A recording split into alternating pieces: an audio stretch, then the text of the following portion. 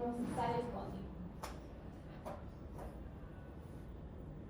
Y la luxación también articular, que es el bloqueo abierto. Tenemos el bloqueo cerrado y el bloqueo abierto. Entonces, cuando tenemos, por ejemplo, un bloqueo abierto, por ejemplo, esta señora se quedó luxada. Eso que ven ahí es el cóndilo mandibular. Y hay una maniobra para generar que el cóndilo se vaya para atrás, que es la maniobra de Nélador. Entonces, acá el dentista se está apoyando a nivel mandibular, se puso gasas en los dedos y va a tirar la mandíbula para abajo y hacia atrás. Vean ahí cómo se va a reducir la señora. Es súper doloroso, ¿ya? Un día me llegó, le saqué fotos a esta paciente hoy día en la mañana que me llegó a la consulta. ¿Cómo ven esa apertura, esa dinámica mandibular? ¿Cómo se llama esa apertura? Chiquilla, no es tan difícil la pregunta, es una apertura con desviación que no está corregida, ¿ya? Entonces, lo que pasa en este caso es que esta paciente estaba bloqueada a nivel discal. Entonces, lo que se hace es anestesiar el nervio auriculotemporal y manipularla, ¿ya? Manipular para que, si yo tenía esta apertura, ¿cierto? Yo genere esta dinámica articular, ¿ya? Y se fue muy tranquilo. Entonces, yo sé que esto de los TTM engloba muchas cosas y es complejo, pero yo al salir como dentista general, ¿qué debo saber? ¿Cierto? Entonces, debo saber los criterios de derivación para trastornos temporomandibulares. Y en nuestro país somos pioneros porque se generan protocolos de derivación hacia, desde la APS, desde la odontología general, hacia las derivaciones secundarias que son a nivel hospitalario. Entonces hay un protocolo y guías de manejo, ¿vale? Entonces, ¿cuáles son los criterios? Dolor intenso, persistente, que a ustedes no les calce con un diagnóstico más común, que son estos bloqueos articulares complejos y sobre todo, chicos, estas limitaciones de apertura que el paciente no puede comer. El dentista general debiera hacer en APS el manejo inicial, que es el control de parafunciones, por ejemplo lo que vieron con el SEBA, comerse las uñas, que el paciente que juega con el labio, tengo muchos pacientes, aunque suene raro, que le encanta comerse su propio pelo, sacar pelo y comer pelo, es como, porque esto, los temas de los TTM, como le dije con anterioridad, está muy relacionado con trastornos ansiosos. Importante también, típico paciente que muerde lápiz, o los adolescentes que tienen siempre la posición de apoyar la mano en el mentón, ¿ya? También ustedes pueden dar medidas conductuales, ¿cierto? Durante 14 días, que es básicamente la limitación de apertura. ¿En qué casos sobre todo? Por ejemplo, en pacientes que se subluxan, que en el fondo son pacientes que tienen una hiperextensión de sus ligamentos y que tienen que, por ejemplo, si van a bostezar, ustedes pueden decir que se pongan la manito abajo del mentón para no, ¿cierto?, generar esta apertura tan extensa y disminuir las posibilidades de llegar a una luxación. El manejo inicial, que también se da dentro del mes, es con terapia antiinflamatoria o analgésico. Si durante este mes ustedes no lograron tener estable al paciente, es indicador de derivación oportuna TTM, ¿ya? Les dejé esto para que lo lean en el PPT, que cómo son los algoritmos de tratamiento que revisamos el día de hoy. Entonces, si tengo un desplazamiento discal y luxación discal con reducción, si no tengo molestia, siempre es educar a mi paciente con lo que tiene, porque el paciente con TTM como que se asusta mucho. Ahora, si yo tengo un paciente que el tema del disco genera dolor, genera traba, yo debería pensar en una derivación a cirugía. Entonces, vamos a revisar el otro, que son algoritmos propuestos por el doctor Okeson. Ya lo pueden también revisar en el libro. Siempre tienen que proponer un mecanismo más bien conservador. Sobre la incompatibilidad estructural también. Siempre ver el tema de los rangos de apertura. Y los trastornos de tipo inflamatorios como capsulitis, retrodicitis, siempre el tema de la dieta blanda, la parte antiinflamatoria, analgésica, lo mismo en esta parte de acá. Entonces, para que nos de una paciente que tenía como 37 años, ¿ya? Y ella consulta por un dolor maceterino bilateral, como que le cuesta abrir la boca, ¿ya? Y además tenía dolor de cabeza a nivel bilateral y dolor cervical. Entonces, de todos estos tres como motivos de consulta, que uno empieza a preguntar el inicio, la localización, la intensidad, duración, entre otras cosas, nos vamos a enfocar en este dolor en la zona preauricular. Vemos entonces el examen de los tejidos blandos, la parte bucal que está, digamos, de forma estable, funcional.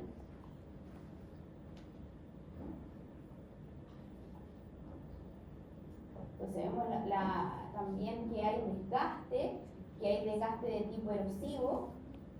Vemos acá cómo se hace el DCTMD, que en el fondo ella los últimos 30 días tenía dolor en todas las estructuras, tanto el macétero, temporal, ATM, músculos masticatorios y estructuras no masticatorias asociadas, que tenía un overbite y un overget de 3 y 2, no tenía una desviación de línea media, pero sí tiene acá una apertura, como pudieron ver en el video, que no era una desviación corregida, ¿ya? Entonces, vimos el tema de la musculatura accesoria, las pruebas funcionales articulares, que eso es resorte de especialidad, y uno realiza criterios diagnósticos. Entonces, ¿hay historia reciente de arreglos articulares? Sí. ¿Está el clic en apertura y cierre? Sí. ¿Hay bloqueo? Sí. Entonces, ¿qué tenemos? En una articulación teníamos desplazamiento del disco con reducción, en la que tenía ruido, y la otra teníamos un desplazamiento del disco sin reducción, pero ella no tenía limitada la apertura. Cuando ella llegaba a 41 milímetros, ya, aún descontando el overbite. Tenía también, pedimos el combi y tenía enfermedad degenerativa articular. Además, a nivel de los trastornos dolorosos musculares, teníamos diversas mialgias locales, dolor miofacial y teníamos el diagnóstico de artralgia, de dolor. Y también este diagnóstico de cefalea atribuida a trastornos temporomandibulares que vamos a revisar después. Entonces, uno llega al diagnóstico por sistema, sobre todo a nivel articular nos vamos a fijar el día de hoy porque la clase es de eso, y lo que se realizó fue derivación a medicina interna, también derivación a psicología para valorar, ¿cierto?, el manejo de factores estresores, y nos basamos en tres grandes pilares. Lo primero, lo que les mencioné con anterioridad. Siempre hay que explicar al paciente lo que está pasando, porque este paciente TTM siempre son más hipervigilantes, entra la ansiedad, la angustia, entonces siempre calmar, ¿ya?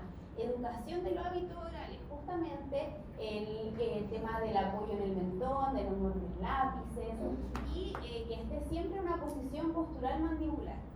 Por supuesto que higiene de sueño, el control de pantallas, y como ella tenía este desplazamiento discal sin reducción más enfermedad degenerativa, lo que se pensó en realizar fue una artrocentesis acompañada de manejo ortopédico, ¿ya? Y también infiltración de los puntos de gatillo que vimos en la clase anterior de que se trataban en la musculatura temporal. Entonces, este fue el plano de la paciente. Vean, esas partes brillantes es donde están la impronta que deja este bruxismo, ¿cierto? La huella excéntrica de los contactos, y cómo al nivel, cuando ya ponemos este plano superior, fue disminuyendo el comportamiento del dolor en función a nivel general, que cuando ya ponemos el plano y filtramos los puntos de gatillo de dolor miofacial, estos dolores miofaciales se convierten en mialgias, es decir, duele solamente el punto donde yo estoy tocando. No refiere dentro de los límites anatómicos ni tampoco se va a otra área del músculo. Ya a nivel articular, aquí ya le hicimos artrocentesis con infiltración de agregado plaquetario, y esto fue como llegó en mayo del 2024, que ahí tenía una gran erosión y acá se fue corticalizando la erosión, no sé si lo ven. Se tenía como ese poro que yo les decía y ahí se fue corticalizando. Entonces, Bueno, es muy triste esta articulación, pero acá tenía también una erosión súper importante, un quiste, y esto también se fue, digamos, corticalizando durante el tiempo. Eso siempre uno busca, cuando hay enfermedad degenerativa, uno busca que corticalice la articulación, que tenga mayor forma de articulación, que no sea así como esto en franca degradación, ¿ya? Habían factores modificables, no modificables, como su enfermedad degenerativa, el hecho que sea mujer, hablamos la vez pasada, que nos pone de forma inmediata en 4-1 la posibilidad de tener un TTM.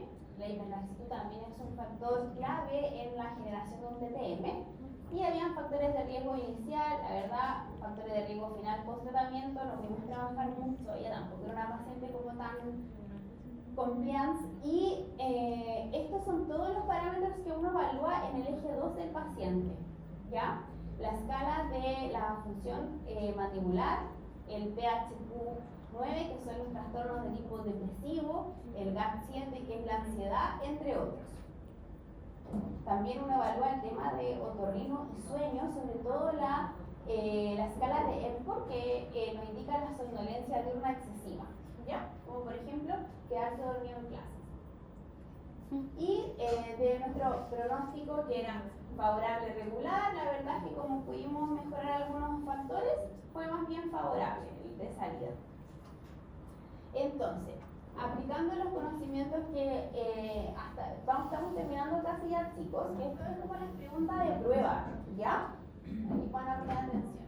Entonces, tenemos que viene a la consulta una paciente, mujer de 27 años, que hace una semana no puede abrir bien la boca y le duele la mandíbula derecha, que esto fue de inicio agudo, que masticó alimentos duros y tiene un dolor localizado en la región preauricular derecha, que es constante, es decir, hay un dolor basal, pero que aumenta con la función mandibular, ¿ya? Por ejemplo, al bostezar, hablar, aumenta hasta un 7 en escala EVA de 10. Lleva 7 días con este dolor, y ¿qué le alivia? El reposo mandibular, la dieta blanda, y también me dice, otra cosa que me alivia, Paula, es ponerme algodones en los oídos. ¿Y qué le agrava? Masticar, abrir la boca, todo lo que sea con la función mandibular. Entonces, vean esta DCT medio.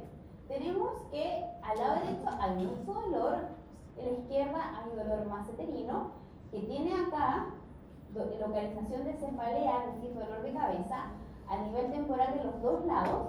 Las relaciones incisales están dentro de lo normal, no tienen ni siquiera la línea media desplazada, y hay una desviación no corregida hacia la derecha. O sea, le duele a la derecha, y además cuando abre la articulación se va para la derecha. Cuando abre, llega hasta 36 y duele demasiado, y al abrir siempre le duele la articulación derecha. Cuando hago lateralidades, si hago lateralidad derecha, está dentro del rango, tiene 10, pero la lateralidad izquierda está disminuida. Entonces recuerden que si la lateralidad izquierda está disminuida, yo debo pensar que la articulación contralateral algo me está queriendo decir. Y que además esa lateralidad izquierda, que está reducida, tengo dolor justo en la derecha, ¿ya? Cuando veo los ruidos, tengo ruidos a nivel de la izquierda, no en la derecha, ¿ya? Y tengo ruido en la izquierda, tanto en la apertura como también en los movimientos de lateralidad y protrusión. Tengo dolores que son familiares, que el paciente indica que ya lo había sentido antes, pero que más bien son de tipo local, que no refieren a otro lado, ¿ya? Tanto en el lado derecho como en el izquierdo, ¿ya? Sin embargo, al lado derecho tengo un dolor familiar, que es el dolor de la paciente, tanto en el polo lateral como alrededor de la articulación. Entonces, hagamos el ejercicio entre todos.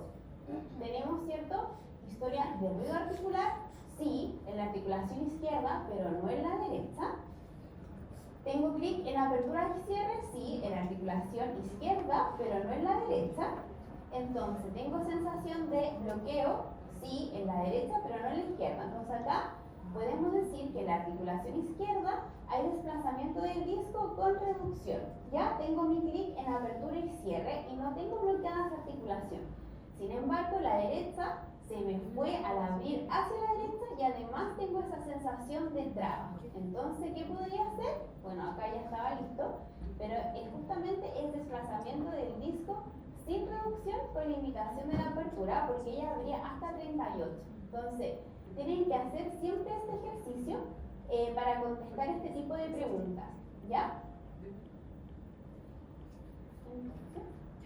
Además, la paciente, como se dieron cuenta, tenía varios dolores de tipo musculares, tenía artralgia y tenía este diagnóstico, ¿ya? De cefalea atribuida a TTM. Este diagnóstico no lo hemos visto antes y lo vamos a ver ahora. Entonces, cefalea, ¿qué quiere decir? Cefalea es dolor de cabeza, ¿ya?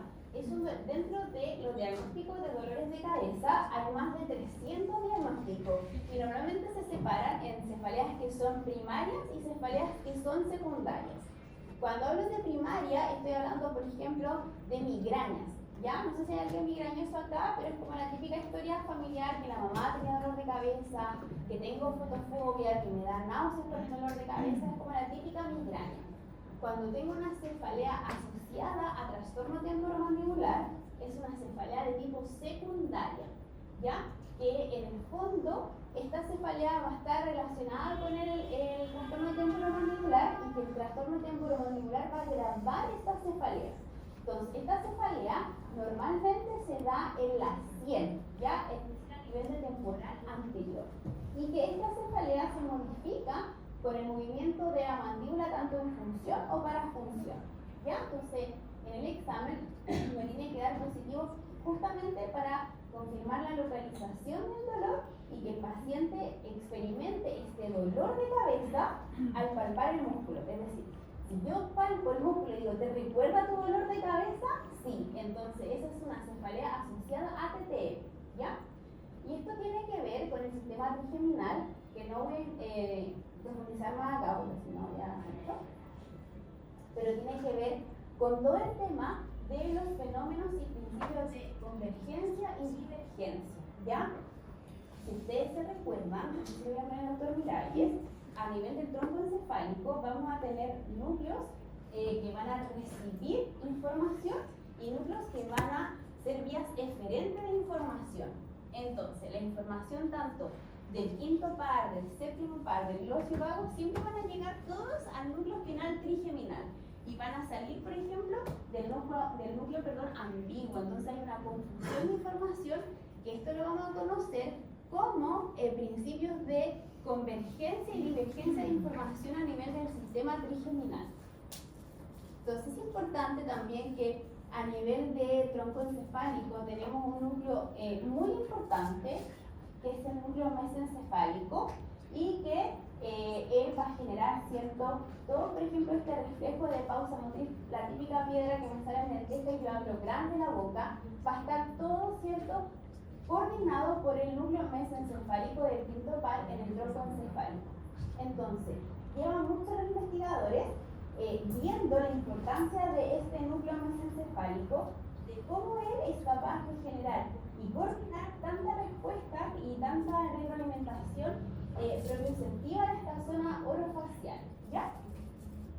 Entonces, habíamos visto al partir que ustedes habían objetivos de esta clase. Entonces, cuando estudien esta clase, tienen que ser capaces de contestar estos objetivos, ¿ya? Entonces, ustedes van a tener PPT, todo ordenadito, con las tablas propiamente tal, para que las revisen, ¿ya? Entonces, como conclusión para ir terminando, las patologías articulares comprenden una gran variedad, como lo vimos, desde trastornos que son leves, por ejemplo, un desplazamiento discal con reducción, hasta alteraciones degenerativas severas, como una enfermedad degenerativa articular con artralgia, ¿cierto?, que es la osteoartritis. Es importante el diagnóstico precoz y el rol del dentista general obviamente va a ser detectar estos signos y síntomas de alarma para realizar un manejo especial y una derivación oportuna, ¿cierto?, al especialista. Es importante que mantengan en su cabeza la importancia de la anamnesis, del examen clínico y de cuándo nos apoyamos con exámenes. Normalmente nosotros los especialistas solicitamos o el cómputo de articulación o resonancia según que ustedes con la radiografía panorámica, como le mostré el doctor Correalba, tienen bastante información que sacar. Es importante también mencionar que el enfoque interdisciplinario mejora los resultados clínicos y obviamente la calidad de vida de nuestros pacientes. Entonces, esos chicos, ¿tienen alguna duda? No sé que están un poco dentro de la clase, pero pueden preguntar, ¿ya? ¿Todo bien? La clase cuando ha sido más participativa.